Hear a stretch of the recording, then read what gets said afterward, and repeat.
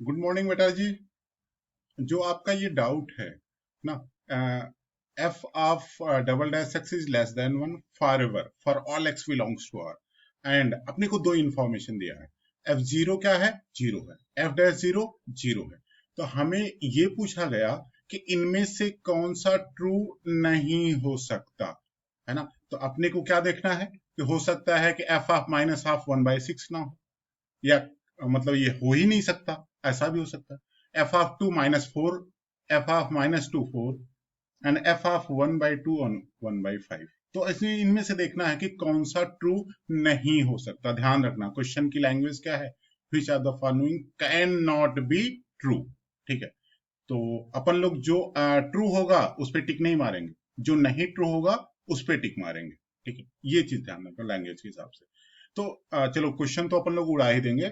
सबसे पहले ये देखते हैं कि इसके लिए ना इसकी सीआरपी क्या है, इसकी conceptual requirement of the problem क्या है, हमें क्या पता होना चाहिए, है ना। तो अगर हम लोग देखें, तो मैंने यहाँ पे नोट कर दिया सीआरपी आपके लिए, कि सबसे पहले तो ये पता होना चाहिए कि जैसे मॉडुलस की एक प्रॉपर्टी पता होनी चाहिए, mod of X less or equal to A है। तो अपने को पता है कि अगर ए पॉजिटिव है, ध्यान रहे, अगर ए पॉजिटिव है देन तो एफ एक्स क्या हो जाएगा, मीन्स इस डिब्बे में जो भी है वो क्या हो जाएगा, माइनस ए से ए के बीच में है मॉडुलस प्रॉपर्टी।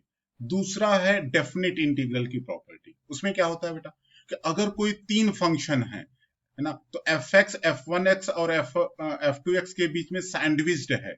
एफ एक्स जो है दोनों के बीच में है ना, over whole interval A B, और ये तीनों फंक्शन कॉन्टिन्यूअस है। तो हम उसी ऑर्डर में उनका डेफिनेट इंटीग्रल नोट कर सकते हैं, means A to B F one X D X is less or equal to A to B F X D X is less or equal to A to B F two X D X. Means जो order inequality का है function में, वही order उनके definite integral का भी होगा। तो ये दो प्रॉपर्टी अपन लोग यूज करके ये इस प्रॉब्लम को उड़ा देंगे। जैसे पहला अपन लोग देखें कि हमें जो अब यहाँ पे मेन कैलकुलेशंस पे आते हैं, तो हमें देखना है कि F double dash X less or equal to one है। तो वन बेटा पॉजिटिव है, तो F double dash X minus one से वन है, मॉडुलस प्रॉपर्टी हो गया।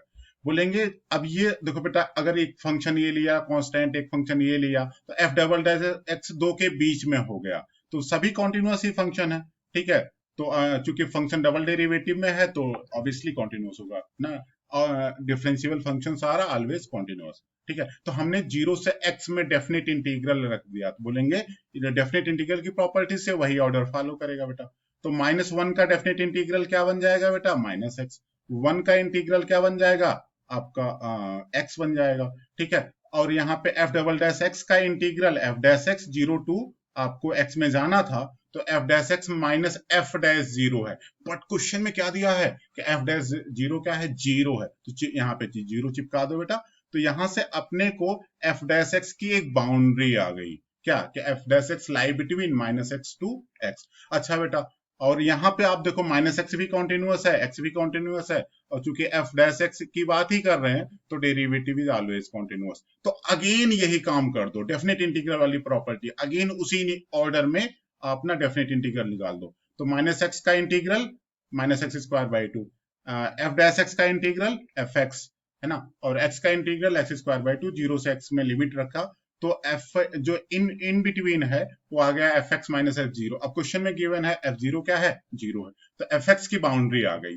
मेन यही चीज आपको ऑब्टेन करना था, एफ एक्स की बाउंड्री। एफ एक्स की औकात क्या है, minus x square by two से लेके एक्स स्क्वायर बाई टू के बीच में ही होना चाहिए, दैट्स गारंटीड। अगर ये है तो अब जितने ऑप्शन है, अब बेटा ऑप्शन के हिसाब से जाओ। तो ऑप्शन ये कहता है कि अगर ना एफ ऑफ माइनस टू क्या वन बाई सिक्स हो सकता है क्या, तो बोलेंगे अगर x minus one by to रखे तो F of minus one by to का कैलकुलेशन करोगे बेटा, तो minus x square by two से एक्स स्क्वायर बाई टू में रखने पे ये माइनस वन बाई एट से वन बाई एट है। लेकिन वन बाई सिक्स क्या है बेटा, वो माइनस वन बाई एट से है ना, इसके इससे क्या है, बड़ा है। वन बाई सिक्स इससे बड़ा है ना, तो ये माइनस वन बाई एट से वन बाई एट होना चाहिए था।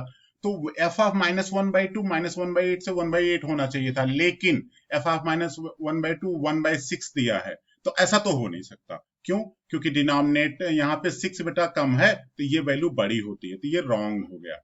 सिमिलरली अगर हम एक्स यहाँ पे टू रखें, तो लेफ्ट बाउंड्री है -x² / 2, तो ये f2 की वैल्यू हो गई -2 से 2, है ना।